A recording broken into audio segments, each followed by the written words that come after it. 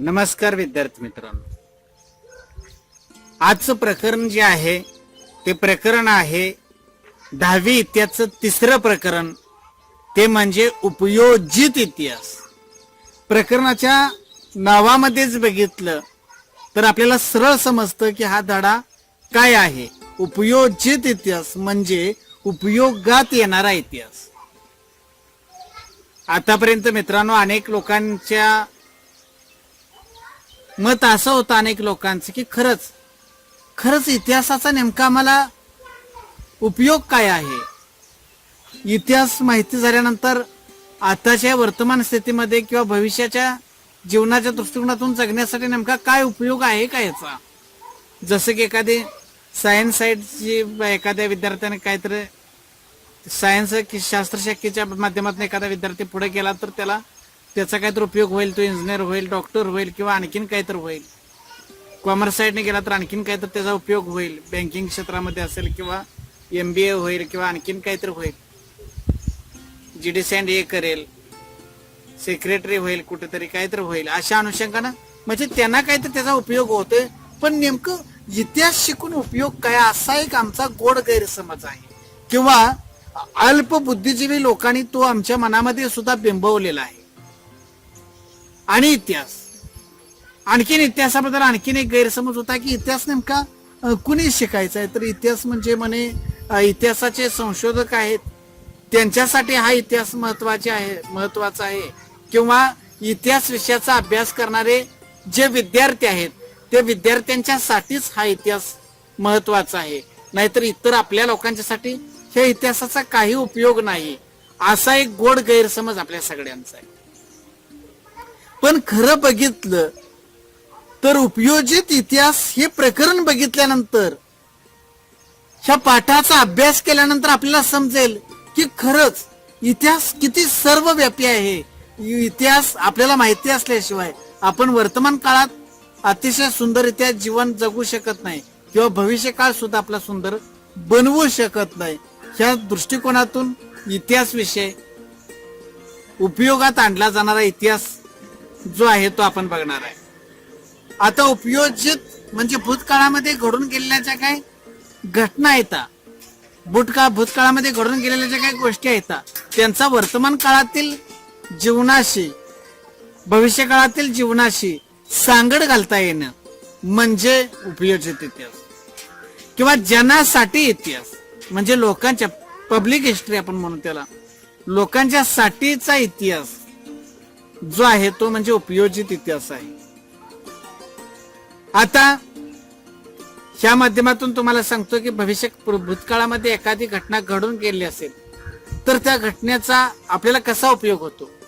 आपल्या इकडे एक म्हण आहे पहा, पुढच्याला ठेच मागला शहाणा.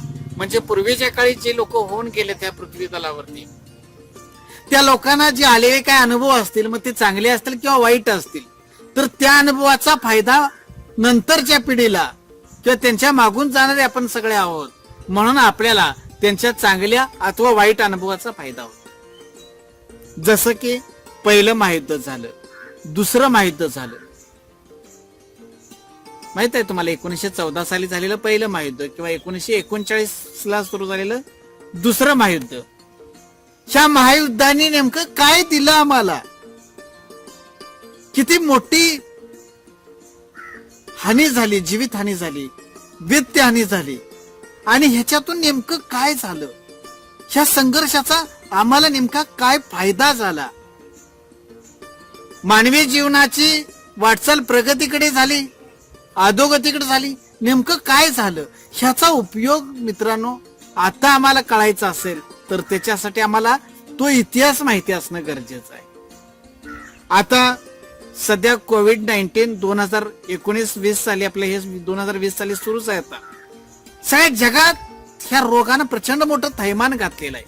आणि हे थैमान घातलं असताना सुद्धा ह्या रोगावरती किंवा ह्या समस्येवरती काय उपाययोजना करायला पाहिजे किंवा कशा पद्धतीने उपाययोजना करता येईल किंवा ह्या स्थितीमध्ये समाजाला कशा पद्धतीने मार्गदर्शन केलं पाहिजे, देशाला कशा पद्धतीने मार्गदर्शन केलं पाहिजे, अखिल जातीय मानव जातीला संपूर्ण पद्धतीनं कशा पद्धतीनं ह्या परिस्थितीत ह्या समस्येच्या काळात हाताळलं पाहिजे.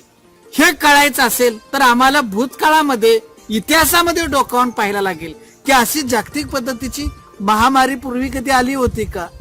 मग ती प्लेगची साथ असेल किंवा आणखीन काय कॉलरेची असेल किंवा आणखीन ज्या ज्या काही महामारीच्या साथी आल्या होत्या त्या साथी आल्या होत्या का. त्या साथीने कसं थैमान घातलं, त्या साथीने किती वर्ष थैमान घातलं, त्या साथींच्या वरती पूर्वीच्या काळच्या राजकर्त्यांनी नेमक्या कशा पद्धतीने उपाययोजना केल्या, त्या साथींच्या वरती कशा पद्धतीने त्यांनी मार्ग काढला आणि त्या काळच्या संपूर्ण मानवानं त्या समस्येतून बाहेर पडायसाठी कसं धीर मार्गानं किंवा शासनाच्या ह्याला कशा पद्धतीने साथ दिली, ह्या सगळ्या गोष्टी आत्ता आम्हाला माहिती होतात किंवा उपयोगात येतात. त्याच्यासाठी आम्हाला तो इतिहास उपयोगात आणता येतो. म्हणून इतिहास हा उपयोजित इतिहासच आहे. जर आम्हाला भूतकाळातील ह्या घटना माहिती नसेल तर आम्ही आत्ताच्या काळामध्ये काय ह्या समस्यांना तोंड देऊ शकणार आहे ह्याचा तुम्ही थोडासा विचार केला असं तर लक्षात येईल.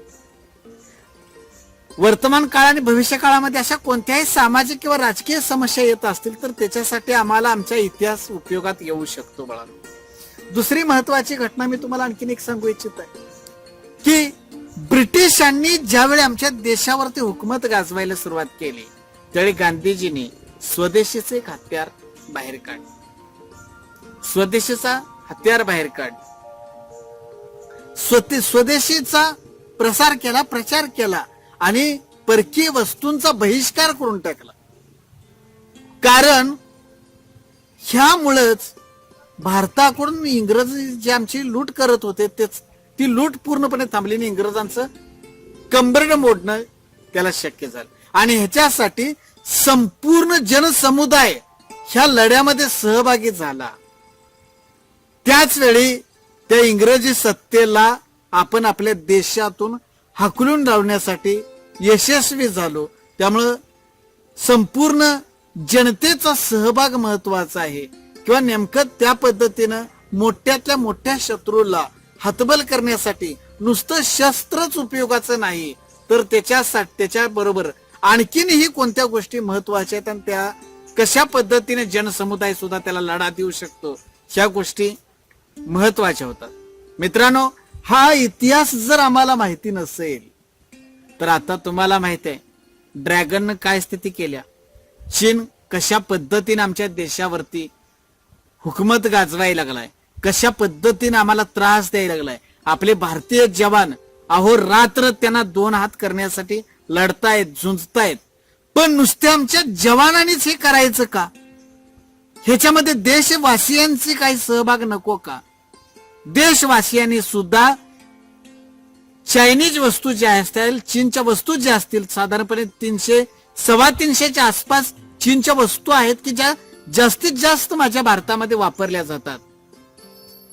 मग ह्या चीनला त्याचं जर आर्थिक कंबरड मोडायचं असेल, त्याला जर दाखवायचं असेल की संपूर्ण हिंदुस्थान, संपूर्ण भारत त्यांचा पूर्ण निषेध करतोय, तर त्यासाठी आम्हाला आमच्या उपयोजित इतिहासामध्ये जे स्वदेशीचं शस्त्र त्या काळात वापरलं ते शस्त्र आम्हाला आता सुद्धा वापरलं आम्ही आणि चायनीज वस्तूंचा पूर्ण बहिष्कार केला तर निश्चित रूपानं त्यांची आर्थिक स्थिती कमकुवत होईल. एवढं मोठं आर्थिक नुकसान होतही आहे भारताकडून हे कळाल्यानंतर निश्चित रूपानं तो ड्रॅगन मागे सरकणार आहे, चीनी सैनिक मागे सरकणार आहेत, लक्षात घ्या. पण त्याच्यासाठी ही स्वदेशीची चळवळ बळकट करणं गरजेचं आहे आणि ही स्वदेशीची चळवळ बळकट करण्यासाठी लोकांना, नागरिकांना, जनसामान्यांना, नुसता इतिहास संशोधकांना नाही, नुसता इतिहासाचा अभ्यास करणाऱ्या विद्यार्थ्यांसाठी नाही, तर संपूर्ण लोकांना, सर्व विद्यार्थ्यांना, सर्वांनाच इतिहासाचं हे ज्ञान माहिती असणं गरजेचं आहे. ते ज्ञान माहिती झालं तरच आम्ही ह्या मोठ्या शत्रूला अगदी पूर्णपणे पराभूत करू शकतो. म्हणून इतिहास उपयोगात आणला तर आपण कोणताही सामाजिक बाबतीतला असेल, राजकीय बाबतीतला असेल, निर्णय अतिशय उच्च प्रकारचा किंवा समाज हिताचा, देश हिताचा घेऊ शकतो. त्याच्यासाठी आपल्याला पूर्वीचा इतिहास उपयोगात आणला पाहिजे आपण. हा भाग इथं जास्त महत्वाचा आहे. मला वाटतंय ह्या एवढ्या उदाहरणातून तुम्हाला कळालं असेल की इतिहासाचा काय नेमका उपयोग आहे. आणि दुसरी गोष्ट बाळांनो, ह्या इतिहासातून आम्हाला आपल्या परिसरामध्ये असणाऱ्या काही शहर असेल, गाव असेल, इथं कोणत्या अशी पुरातत्व वस्तू आहेत. आता इथं पहा, आपल्या साधारणपणे आपल्या ज्योतिबाला जात असताना, भोयवाडीपासूनच ज्योतिबाला जात असताना अगदी 4-5 किलोमीटरच्या अंतरावरती आमची पांडव लेणी आहेत. बौद्धकालीन लेणी आहेत. तिथं प्रचंड मोठी शंकराची पिंड आहे. त्याचबरोबर अतिशय सुंदर अशा पद्धतीच्या प्राचीन गुहा आहेत. त्याला पांडव लेणी म्हटले. मग ती पांडव लेणी, त्याचा इतिहास आम्हाला जाणून घेणं गरजेचं आहे. तिथं वनवासाच्या काळामध्ये असताना पांडव जे आहेत वनवासामध्ये असताना ते त्या गुहेमध्ये राहून गेलेत असं म्हटलं जातं, म्हणून त्याला पांडव लेणी म्हणतात किंवा बौद्ध लेणी म्हणून सुद्धा ते प्रसिद्ध आहेत. परत दुसरी गोष्ट, त्या ठिकाणी मी तुम्हाला सांगितलं की शंकराची पिंड अतिशय मोठी अशी असणारी, महाकाय असणारी पिंड आहे. ह्या गोष्टींचं आम्हाला महत्व कळालं की आमच्या ह्या परिसरात आहे, आमच्या जवळपासचा आहे. ह्या पर्यटन स्थळाचा जर आम्हाला जास्तीत जास्त आम्ही प्रचार आणि प्रसार केला, त्याच्यासाठी प्रसार माध्यमांचा उपयोग केला आणि ह्याची महती, ह्या ठिकाणाचं महत्व जर आम्ही सांगितलं, ह्याचा इतिहास जर आम्ही सांगितला, लक्षात घ्या, माहिती करून दिला सगळ्या लोकांना, जनसमुदायाला संपूर्णपणे ह्याचा इतिहास कळाला, तर निश्चित रूपानं अनेक लोक त्या पर्यटन स्थळाला भेट द्यायला येतील, तो इतिहास त्याचा जाणून घ्यायला येतील, प्रत्यक्ष पाहायला येतील, लेणी पाहायला येतील, गुहा पाहायला येतील. मग ह्या ठिकाणी साहजिकच आहे, ह्या ठिकाणी अनेक लोकांना, तिथं गाईड म्हणून काम करणाऱ्या लोकांना रोजगाराच्या संधी उपलब्ध होतील. त्या ठिकाणी लॉजिंगची व्यवस्था होईल. त्या ठिकाणी आणि अनेक गोष्टी, काही मनोरंजनाच्या गोष्टी तयार केल्या तर त्या अनुषंगानं त्या स्थळाचं महत्व वाढेल. आणि मग निश्चित रूपानं अशा पद्धतीनं देशातून, परदेशातून सुद्धा त्या ठिकाणी पर्यटक यायला लागतील आणि मग हळूहळू अशा गोष्टीचं महत्व वाढायला लागेल. म्हणून आम्हाला उपयोजित इतिहास हा विषय जास्त महत्वाचा आहे. इथं अनेक संधी रोजगाराच्या सुद्धा आपण उपलब्ध करू शकतो. आर्थिक दृष्ट्या आपण आपल्या समाजाला, समुदायाला बनवू शकतो, लक्षात घ्या. म्हणून उपयोजित इतिहास हे प्रकरण आपल्याला जास्त महत्वाचं. विद्यार्थी मित्रांनो, भूतकाळात काही घटना घडून गेलेल्या असतात आणि त्या घटनांचा परिणाम वर्तमान काळातील जीवनाशी झालेला दिसून येतो आपल्याला. त्यानुसार आत्ताच्या वर्तमान काळातील राजकारण असेल, सामाजिक धार्मिक संघटना असेल, तत्वज्ञानाचे क्षेत्र असेल किंवा विज्ञान असेल, तंत्रज्ञान असेल, अनेक अशा ज्या गोष्टी आहेत किंवा शाखा आहेत त्यांचा अभ्यास करण्यासाठी इतिहासामध्ये सखोल संशोधन होणं गरजेचं आहे. कारण आता ह्यातल्या विविध विज्ञान शाखा ज्या आहेत त्या ज्ञान शाखेच्या मधलं आपण पहिली बघू, आपण तत्वज्ञान एक बघू. तर ह्या तत्वज्ञानामध्ये विशिष्ट पद्धतीची विचारसरणी किंवा विचार प्रवाह नेमका कसा आला, तो विचार प्रवाह किंवा विचारसरणी येण्यापाठीमागे काय कारण त्या काळी घडलीत की अशा पद्धतीचं तत्वज्ञान जन्माला आलं किंवा अशा पद्धतीचं तत्व सांगितलं गेलं. मग ह्याच्यासाठी त्याच्या पाठीमागची काही कार्यकारण घडले, त्या सगळ्या घटनाचा आपल्याला सखोल अभ्यास करावा लागेल.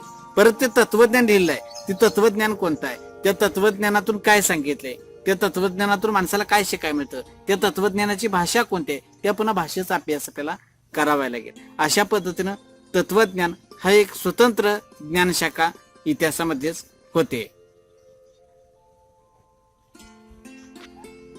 आता दुसरा भाग आहे तो म्हणजे विज्ञान शाखा. विज्ञान शाखेच्या संदर्भात बघितलं तर वैज्ञानिक शोध असतील किंवा सिद्धांत असतील, वैज्ञानिक शोध सिद्धांत ह्या शोधांच्या पाठीमागची काय कारण आहेत.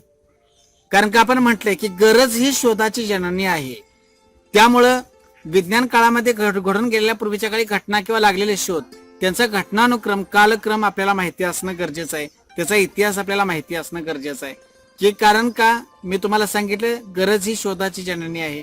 कोणताही शोध लागत असताना पाठीमागेल्या काळामध्ये पाठीमाला त्याचा इतिहास माहिती असणं गरजेचं आहे. कारण त्या काळामध्ये आधी त्याच्या काही विज्ञानामध्ये जी काही प्रगती झाली त्याचा उपयोग करूनच पुढची वाटचाल केली जाते. की जसं की आपण बघितलं की पहिल्यांदा चाकाचा शोध लागला, पण चाकाचा शोध लागल्यानंतरच ह्या जगाची चक्र खऱ्या अर्थानं पुढे सुरू झाली.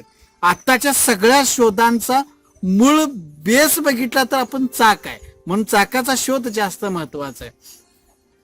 त्या चाकाच्या शोधावरती त्याच्या पुढचा, त्याच्यानंतर त्याच्या पुढचा, असे टप्पे विकसित होत गेले. त्यामुळं पहिल्या टप्प्याचा इतिहास माहिती असल्याशिवाय किंवा पहिला टप्पा माहिती झाल्याशिवाय, त्याचा इतिहास जाणून घेतल्याशिवाय पुढचा टप्पा हा गाठता येत नव्हता.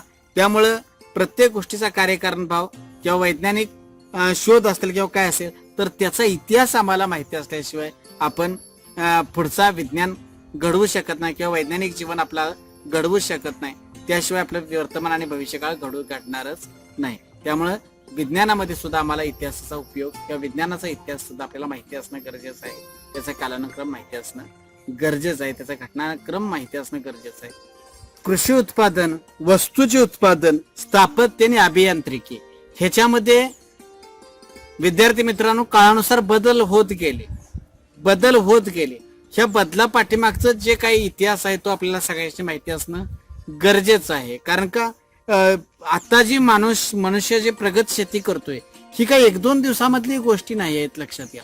कारण मानवाच्या उत्क्रांतीपासून दगडी हत्यारांचा वापर करत होता, त्यापासून तो विविध गोष्टी कशा शिकत गेला. विज्ञान आणि तंत्रज्ञान मुळात एकमेकाला पूरक आहेत किंवा एकाच नाण्याच्या त्या 2 बाजू आहेत. जसं एका बाजूवरती नाणं चालत नाही, त्याला दोन्ही बाजूही असाव्या लागतात, तशा पद्धतीने विज्ञान आणि तंत्रज्ञान या दोन्हींच्या संगतीनं मनुष्य आतापर्यंतची ही प्रगती करत आलेला आहे. आपला वर्तमान काळ भविष्य काळ तो छानपैकी जगत आलेला आहे. मग आत्ताचा वर्तमान काळ आणि भविष्य काळ आपल्याला जगण्यासाठी सुद्धा आम्हाला आतापर्यंत आमचं विज्ञान काय आहे, तंत्रज्ञान काय आहे हे जाणून घेणं, समजून घेणं गरजेचं आहे. त्या विज्ञानाचा, तंत्रज्ञानाचा इतिहास जाणून घेणं गरजेचं आहे. कारण मी तुम्हाला सांगितलं की पहिल्या काळातले शोध जे आहेत किंवा त्यातून मिळालेला बोध आहे तोच पुढच्या नव्या प्रगतीसाठी, नव्या विकासासाठी, नव्या शोधासाठी पहिलं ज्ञान हे अतिशय महत्वाचं आहे. त्याच्याशिवाय पुढची वाटचाल मनुष्य करूच शकत नाही. तर पुढचा मुद्दा आहे उद्योगधंदे आणि व्यापार. उद्योगधंदे आणि व्यापार तुम्हाला माहिती आहे, उद्योगधंदे म्हटलं की वस्तूंची निर्मिती करणारं ठिकाण म्हणजे उद्योगधंदे, आणि व्यापार म्हणजे त्या वस्तूंची विक्री करणं, विक्री व्यवस्थापन. उद्योगधंदे आणि व्यापार ह्या दोन्ही गोष्टी सुद्धा कशा पूरक आहेत पहा. कारण कोणत्या गोष्टी खपतात त्याच गोष्टी बनवल्या पाहिजेत उद्योगधंद्यामध्ये. त्या अनुषंगाने ह्या दोन्हींची सांगड महत्वाची आहे. म्हणून कोणत्याही गोष्टीचं उत्पादन करत असताना किंवा त्याचा व्यापार करत असताना तो परिसर, तिथली सांस्कृतिक ठेवण कसली आहे, तिथली समाज रचना कशी आहे, तिथल्या आवडीनिवडी कशी आहेत, ह्या सगळ्या गोष्टींचं ज्ञान, नॉलेज जाणून घेणं, तिथल्या सांस्कृतिक परंपरा काय आहेत ह्या गोष्टी आम्हाला जाणून घेणं, त्याचा इतिहास जाणून घेणं हे जास्त महत्वाचं आहे. आणि ते माहिती असल्याशिवाय निश्चित रूपानं आपण त्याचा इतिहास माहिती असल्याशिवाय मनुष्य वर्तमान काळामध्ये वाटचाल करू शकत नाही किंवा भविष्य काळाकडे तो जाऊ शकत नाही. त्यामुळे त्याला उद्योगधंदे आणि व्यापार ह्या अनुषंगानं ह्याचा पूर्वीचा इतिहास सुद्धा माहिती असणं जास्त गरजेचं आहे. आणि त्याचबरोबर तुम्हाला सांगायचं म्हणजे मानवी नात्यांचं स्वरूप, त्यानुसार समाज रचना कशी बदलत गेली हा प्रवास समजण्यासाठी, आणि मी तुम्हाला सांगितलं तसं सांस्कृतिक घडण, समाजाची रचना आणि तिथली आर्थिक व्यवस्था कशी आहे हे बघूनच निश्चित रूपानं बघणं माहिती असणं गरजेचं आहे, त्याचा इतिहास माहिती असणं गरजेचं आहे. त्याच्याशिवाय उद्योगधंदे आणि व्यापार ह्या दोन्ही गोष्टी पूर्णपणे कुचकामी ठरतील हे जर माहिती नसेल तर. आता पुढचा मुद्दा जो आहे तो म्हणजे व्यवस्थापनाचा आहे.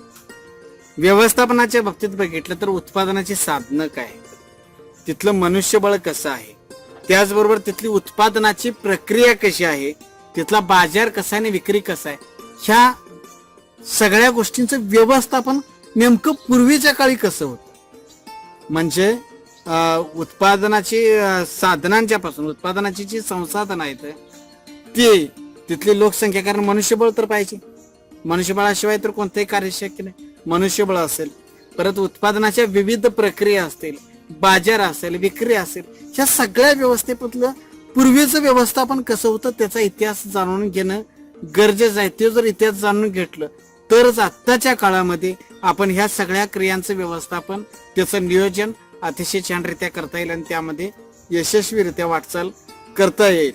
म्हणून ह्या गोष्टी जास्त महत्वाच्या आहेत. आता आपण पाहायला लागलोय की उपयोजित इतिहास आणि विविध विषयातील संशोधन हे मुद्दा आपण पाहायला सुरू केले, आणि त्याच मुद्द्यातला आता पुढचा मुद्दा आहे तो म्हणजे कला. म्हणजे कला या विषयामध्ये पूर्वीच्या काळी काही संशोधन झालं तिथं आणि त्याचा आत्ताची कला तयार होत असताना किंवा आत्ताची कला आविष्कारित होत असताना काय करायला पाहिजे, आत्ताची कला आविष्कारित होत असताना काय करायला पाहिजे, ह्याचा इतिहास आपण पूर्वीचा इतिहास जाणल्याशिवाय, पूर्वीच्या कला एखादी आविष्कारित झाली तर त्यावेळची सामाजिक स्थिती कशी होती, भावनिक स्थिती कशी होती, वैचारिक जीवन त्या काळचं कसं होतं, सामाजिक किंवा सांस्कृतिक जीवन त्या काळचं कसं होतं, ह्या सगळ्या मुद्द्यांचा परिणाम त्या काळातला कलाकार एखादी कलाकृती तयार करत असताना किंवा कलेची अभिव्यक्ती होत असताना त्या काळी दिसत होती. उदाहरणार्थ मी तुम्हाला एक छोटस उदाहरण देतो का. अगदी मध्ययुगाच्या काळापर्यंत जरी बघितलं तर साधारणपणे कोणत्याही चित्रकारानं चित्र काढलं तर जगामधला दैवी देवदेवतांची चित्र रेखाटली जायची की माणसाला किंवा मानसी भाव, माणसाच्या मूल्यांना किंवा माणसाच्या जीवनाला कलेमध्ये फारसं स्थान दिलं जायचं नाही. म्हणजे एखादा शिल्पकला जर तयार केली, शिल्पकला तयार केली तर देवावरतीच आधारित असायची, चित्रामध्ये जर काढलं तर देवावरतीच आधारित असायचं, काही लिखाण जरी केलं तर देवदेवतांच्यावरतीच केलं जायचं. म्हणजे एखादी कला आविष्कारित होत असताना सुद्धा ती देवदेवतांच्यावरतीच व्हायची. हे त्यावेळचं जीवन होतं, कारण का त्यावेळचं सामाजिक भावनिक जीवन जे होतं ते तशा पद्धतीचं होतं. कारण देवापेक्षा माणसाला महत्व नव्हतं. त्यामुळे देवत्वाच्याच गोष्टी, देवत्वांच्याच कथा, देवत्वांचीच चित्र, देवत्वांचीच शिल्पाकृती, ह्या सगळ्या पद्धतीच्या गोष्टी ज्या तयार होत होत्या कारण का त्यावेळचं सामाजिक वैचारिक भावनिक सांस्कृतिक जीवनच तसं होतं. पण नंतर मध्ययुगाच्या काळानंतर कला आविष्कृत व्हायला लागल्या त्यावेळी मानवी भावभावनांना, मानवी सुख दुःखांना महत्व प्राप्त झालं. असा एक विचार प्रवाह, असा एक प्रवाह यायला लागला. मग कुणीतरी माणसाच्या सौंदर्यावरती आधारित चित्र रेखाटली जाऊ लागली, तर माणसांच्या वरती चित्र तयार केली जायला लागली, तर माणसांचे सुख दुःख साहित्यात यायला लागली, तर विविध कलांच्या मध्ये मानवी भावभावनाला महत्व प्राप्त झालं, मानवी सुख दुःखांना महत्व प्राप्त झालं. आणि त्याच्यापूर्वी मी तुम्हाला सांगितलं देवदेवता यांना स्थान होतं.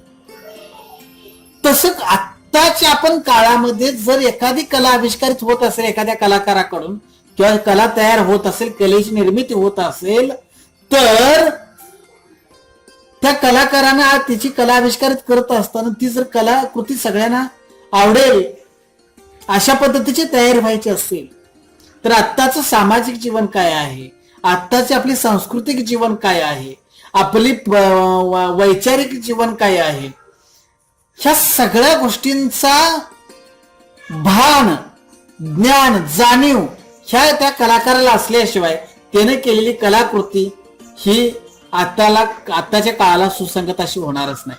मग आत्ताच्या काळाला सुसंगत होणारी कला पूर्वी यशस्वी व्हायची असेल तर पूर्वीच्या कलाकारांनी त्यांच्या कला आविष्कारित होत असताना त्यावेळी काय काय घडल्या होत्या घटना आसपास किंवा कसं होतं ते जीवन समजल्याशिवाय आम्हाला आता कळणारच नाही. मग तो इतिहास उपयोगात आपल्याला आत्ताच्या कला निर्मितीसाठी उपयोगाला येणार आहे.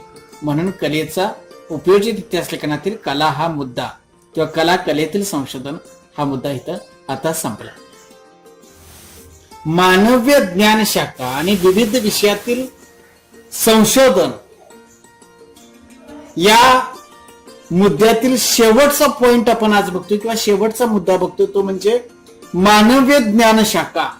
मानवीय ज्ञान शाखा म्हणजे काय तर साधारणपणे मानवीय म्हणजे मनुष्य, माणसाच्या ज्ञानशाखा, माणसाचा अभ्यास करणारे ज्ञानशाखा कोणत्या कोणत्या येतात, इतिहास असेल, पुरातत्व असेल, समाजशास्त्र असेल किंवा मानवी शास्त्र असेल, राज्यशास्त्र असेल, तुमचं अर्थशास्त्र असेल, यासारख्या ज्ञानशाखांचा नेमका उगम झाला कसा, या शाखांचा उगम झाला कसा, त्यांचा विकास कसा झाला, त्यांचा इतिहास आपण समजून घेतला पाहिजे. त्यांचा इतिहास समजून घेणे मगच त्या ज्ञानशाखांचा आपला अभ्यास पूर्ण होईल आणि त्या उपयोगात येते. मित्रांनो, खरं बघितलं तर तत्वज्ञान हेच सर्व विज्ञान आणि त्याचबरोबर इतर ज्ञानशाखांची जननी मानलं जातं. म्हणजे विज्ञान आणि इतर ज्या ज्ञानशाखा आहेत त्यांची जननी महत्वाचं काय आहे, तत्वज्ञान आहे. तर हे जे तत्वज्ञान आहे, कारण मी तुम्हाला सांगितलं इतिहास घ्या, समाजशास्त्र घ्या, मानवशास्त्र घ्या, तुमचं आपलं अर्थशास्त्र घ्या, हे सगळे राज्यशास्त्र घ्या, हे सगळे विषय कुणाला धरून येतं तर हे सगळेच जे विषय आहेत ते विषय आहेत. ह्यामधला महत्वाचा आहे तो मनुष्य. बघा अर्थशास्त्रामध्ये अर्थशास्त्राचा अभ्यास, अर्थशास्त्र म्हणजे काय? अर्थाचं शास्त्र म्हणून आपण थोडक्यात आर्थिक देवाणघेवाणीचं शास्त्र. आर्थिक देवाणघेवाणीचं शास्त्र जे आहे ते आर्थिक देवाणघेवाणीचं शास्त्र म्हणजे ह्याचा अभ्यास करत असताना त्यातला माणूस जर बाजूला काढला तर ते अर्थशास्त्र विषय शिल्लक राहील का? कारण का अर्थशास्त्र विषयामध्ये मनुष्य आहेच. आर्थिक देवाणघेवाण तर काय इतर प्राणी करत नाहीत ना, पैशाची देवाणघेवाण. तर त्या संदर्भातले जे काही त्या शास्त्रामध्ये अभ्यास करायचा त्यामध्ये मनुष्य आहे. राज्यशास्त्र म्हणजे एखाद्या गोष्टीचं प्रशासन कशा पद्धतीने चालवलं जातं, प्रशासन चालवलं जातं ते माणसा संदर्भातच असणार ना, म्हणून त्यामध्ये सुद्धा मनुष्य आहे. इतिहास पूर्वीच्या काळचा इतिहास किंवा समाजशास्त्रामधला पूर्वीच्या काळचा समाज नेमका कसा होता, विविध प्रजाती माणसाचे आदिवासी समाज असेल किंवा काय असेल त्याचा सगळ्या पद्धतीचा त्यांच्या परंपरा बिरंपरा ह्या सगळा अभ्यास केला तो सुद्धा माणूस आहे. म्हणजे मनुष्य जर या शास्त्रातून वेगळा केला तर इतिहास होऊ किंवा ह्या ज्ञानशाखांना काहीच अर्थ राहणार नाही. मग या ज्ञानशाखांचा उगम नेमका कधी झाला किंवा त्याचा विकास कसा झाला हे जाणून घेणं ही आपल्या सगळ्यात महत्वाची गोष्ट आहे. कारण तुम्हाला मी सांगितलं तत्वज्ञान जे आहे ते तत्वज्ञानच मुळात बघितलं तर विज्ञान आणि विविध ज्ञानशाखांची मूळ म्हणजे जर्नी आहे. ह्या विश्वाचा जो पसार आहे, पर्वत, पठार, मैदान, समुद्र, मित्र ह्या सगळ्या जी काही आपल्याला ही नैसर्गिक संसाधने मिळालेली आहेत ह्या संसाधनांचा उपयोग जास्तीत जास्त करणं किंवा त्या संदर्भातल्या सगळ्या गोष्टींचं हे करणं ह्याच्यासाठी जे महत्वाचं आहे तो आपल्याला तत्वज्ञान निर्माण झालं किंवा मनुष्य महत्वाचा आहे. ह्या सगळ्या माणसाची जिज्ञासा होती बाबा हे समुद्रामध्ये काय, समुद्राची उपयोगिता काय किंवा काय आहे, ह्या सगळ्या गोष्टींचा त्याने शोध घ्यायला सुरुवात केला आणि त्यातूनच त्याची उपयोगिता सगळ्यांच्या पुढे आली. मग त्या ज्ञानशाखांचा अभ्यास करायसाठी ती घटना महत्वाची आहे. दुसरी गोष्ट बघा आपण ह्यामध्येच बघतोय त्यामध्ये तत्वज्ञान हा त्या सगळ्या शास्त्रांचा मूळ असल्यामुळं विविध गोष्टींच्या जिज्ञासा माणसामध्ये निर्माण झाली आणि मगच त्याचा शोध घ्यायला सुरुवात केली. कारण का मागल्या एका मुद्द्यामध्ये आपण बघितलं की गरज ही शोधाची जन्मी आहे. कारण का जगाची उत्पत्ती कधी झाली असेल त्याच्या संदर्भाच्या काही कथा असतील, हे सृष्टीचक्र नेमकं कसं चालतं, पाऊस नेमका कसा पडतो किंवा काय त्या अनुषंगाने म्हणजे आपण ते भूगोलामध्ये बघतो. पण भूगोल ह्या सगळ्या शास्त्रांचं संशोधन करत असताना महत्वाचा आहे तोच भूगोल इतिहास तो जाणून घेणं महत्वाचं आहे. सृष्टीचक्र, मानवी जीवनासंबंधीची मितकं, देवदेवतांच्या कल्पना कशा आल्या, त्या देवदेवतांना प्रसन्न करण्यासाठीच्या काय विधी असतील ते विधी पण त्या संदर्भात किंवा त्या काळच्या तात्विक विवेचन तत्वज्ञान कसं तयार झालं, ह्या सगळ्या गोष्टींची बीजे आपल्याला इतिहासात गेल्याशिवाय समजणार नाहीत. आणि मग त्या परंपरांचा आत्ताच्या काळातील परंपरा किंवा ज्या काही गोष्टी आहेत त्या आपल्याला व्यवस्थितरित्या त्याचं ज्ञान होईल आणि ते ज्ञान झालं तर मग निश्चित रूपाने आपण तो इतिहास आताच्या काळामध्ये उपयोगाला आणू शकतो किंवा आपण पुढचा टप्पा गाठून वर्तमान काळ आपला चांगला करून आपण भविष्याकडे सुद्धा चांगल्या पद्धतीचे वाटचाल करू शकतो. मित्रांनो, हित उपयोजित इतिहास याचा भाग 1 हा आज आपल्या इथं संपलेला आहे. आपण पुढच्या व्हिडिओमध्ये घेऊन येणार आहोत भाग 2 मध्ये उपयोजित इतिहासचा भाग 2 हा दुसरा व्हिडिओ भेटेल. तोपर्यंत थांबूया. धन्यवाद.